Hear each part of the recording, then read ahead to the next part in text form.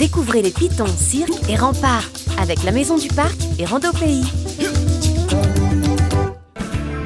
Le département de la Réunion, Décathlon Réunion et Saint-Roland vous présentent Randopéi.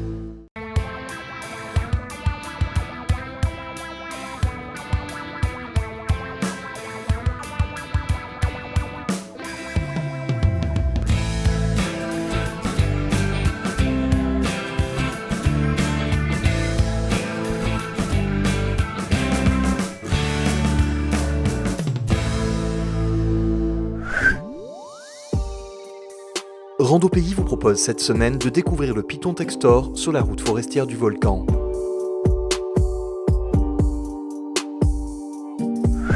Tous les Réunionnais connaissent au moins de vue le Piton Textor sur la route du volcan, aisément reconnaissable à son antenne relais visible de loin. Le Piton Textor qui culmine à 2165 mètres est un carrefour stratégique des randonnées dans la zone du volcan. Ici, en effet, passent ou convergent pas moins de 7 sentiers différents. En voiture ou à pied, on y passe donc souvent, on s'y arrête parfois, mais finalement peu prennent le temps de l'explorer vraiment.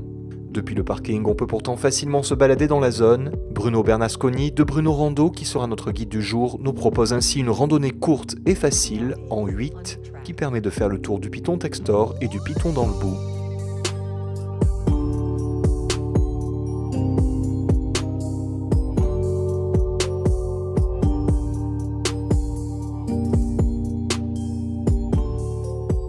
C'est par l'ascension de ce petit piton que nous commençons notre balade. Il n'y a pas de sentier ou de balisage pour y monter, mais il est très facile de se faire son chemin parmi la végétation peu dense et qui porte encore les stigmates des incendies de 2010 dans la zone. Le Piton dans le Bout, qu'on appelle aussi le Piton de sable, culmine exactement à 2200 mètres. Depuis son sommet, on profite d'un beau panorama à 360 degrés, notamment sur la rivière des Remparts. Alors Piton dans le Bout, c'est la limite nord de la rivière des Remparts. Donc dans cette limite nord, on voit ici les rampes Zézé, ce qu'on appelle les rampes Zézé, donc ce qui va longer le GR qui remonte vers l'oratoire Sainte-Thérèse. On aperçoit le trou Fanfaron avec le cratère Commerçon, et puis toute l'enfilade de la vallée de la rivière des Remparts avec le rond, ce qu'on appelle le rond au départ, et puis ensuite la partie souterraine de la rivière des Remparts qui est en tunnel de lave, et ensuite ça continue vers Saint-Joseph.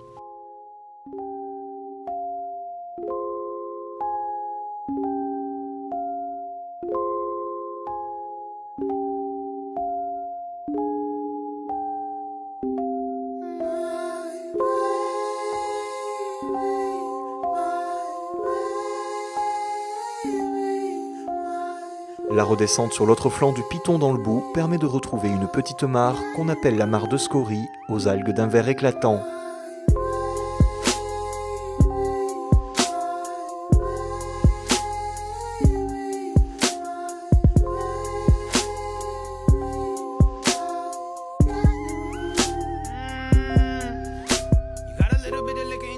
De retour au parking après cette première boucle, on peut traverser la route pour se rendre sur le Piton Textor même. Le Piton tire son nom d'Arthur Textor de Ravisi, officier d'ordonnance du gouverneur de la Réunion entre 1847 et 1852. Durant son séjour sur l'île, Textor de Ravisi a publié une étude sur les deux plaines des Palmistes et des Cafres, qui a eu pour conséquence la mise en place d'un plan de colonisation de la plaine des Palmistes. Il en est donc un peu le père, et il n'a d'ailleurs jamais cessé de la surveiller en quelque sorte depuis que son patronyme a été attribué au Piton qui la domine. D'ici, en effet, quand la vue n'est pas bouchée, on peut voir toute la plaine. C'est d'ailleurs une aire de décollage très prisée des parapentistes. De l'autre côté du Piton, en quelques pas, changement d'ambiance radical. On est en fait dans un petit bosquet qui est juste en contrebas de Textor. Et on est dans des conditions où les plantes spécifiques de la végétation altimontaine, c'est-à-dire celles qu'on trouve au-dessus de 1900 mètres, sont dans des conditions de développement optimales. C'est-à-dire que là, on est globalement à l'abri du vent. Il y a accumulation de sol, on a un sol qui est assez évolué ici. Et donc les plantes trouvent tous les nutriments pour se développer. Et tout ce qui fait le le porc rabougri qu'on va voir ensuite dans les landes, dans les parties landes, et bien là on a des formes arbustives qui peuvent être très hautes. Le branle-vert, comme on a ici, là, peut, dans certaines conditions très favorables, avoir un diamètre de quasiment 1 mètre. Donc là on a des individus qui sont très vieux et qui ressemblent à des arbres. Et de la même façon, d'autres plantes, comme l'ambaville ici, ont des formes arbustives très élevées qui correspondent aussi à des conditions de nutrition très favorables. Goodbye. No use leading without chance. This is where our story ends. Never lovers, ever friends. En sortant du petit bosquet, on traverse une clairière où l'on se rend vite compte que la plupart des arbres sont morts. Comme sur les flancs du Piton dans le Bout, c'est la conséquence des incendies de 2010 qui ont démarré juste au-dessus sur le Piton de Caille. But before you walk away. Alors là on est juste au-dessus au bord de la piste qui va à Piton de l'Eau. On est juste devant le Piton de Caille et on est dans une zone qui a été incendiée en novembre 2010. Donc ça a vraiment pâti de cet incendie qui a concerné un peu plus de 80 hectares et que les pompiers ont mis 5 jours à éteindre. C'est le même incendiaire que celui du Maïdo qui entre 2008 et 2013 a avoué avoir démarré 3 ou 4 feux par an.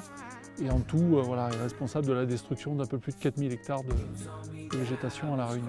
Les conséquences, c'est que la lande se restaure tout doucement. Donc là, on voit les plantes, l'ambaville, le branle, etc., qui sont là dans un statut pionnier, qui sont en train de pousser sur la roche qui a été brûlée. Et doucement, les populations originelles de plantes endémiques se réinstallent. C'est d'ailleurs après ces incendies que la barrière au départ de la route forestière du Piton de l'Eau a été installée, ne rendant l'accès possible qu'aux personnes autorisées. Fini la route jusqu'à l'ancien parking de la Ravine Bichic, 6 km plus loin. Pour se rendre sur les sites autour du Piton de l'Eau, il faut désormais marcher sur la piste ou sur le sentier qui la longe. Mais ce n'est pas le programme du jour, nous terminons bientôt notre tour, mais traversons avant la route à nouveau pour nous rendre en bord de rempart, depuis lequel on domine encore mieux le haut de la rivière des remparts. Après ce dernier point de vue, il ne reste plus qu'à retrouver le GR, qui en quelques pas nous ramène à notre point de départ.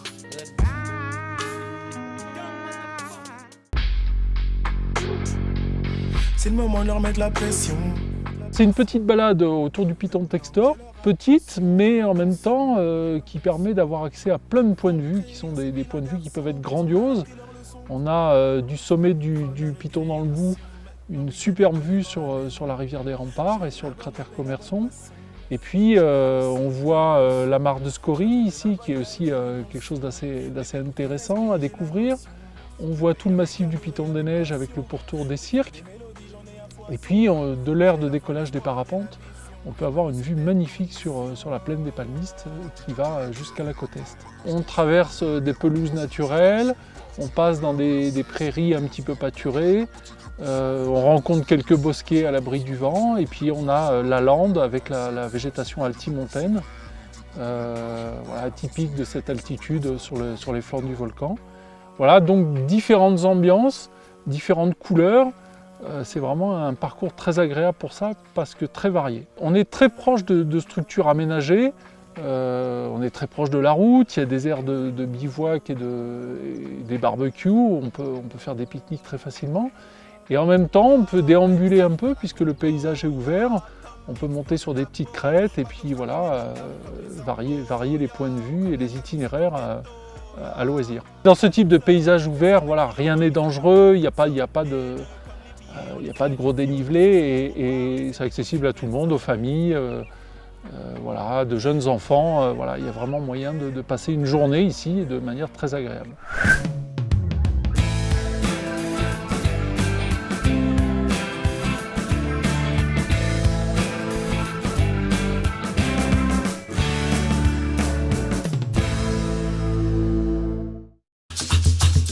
Découvrez les pitons, cirques et remparts avec la Maison du Parc et Rando Pays.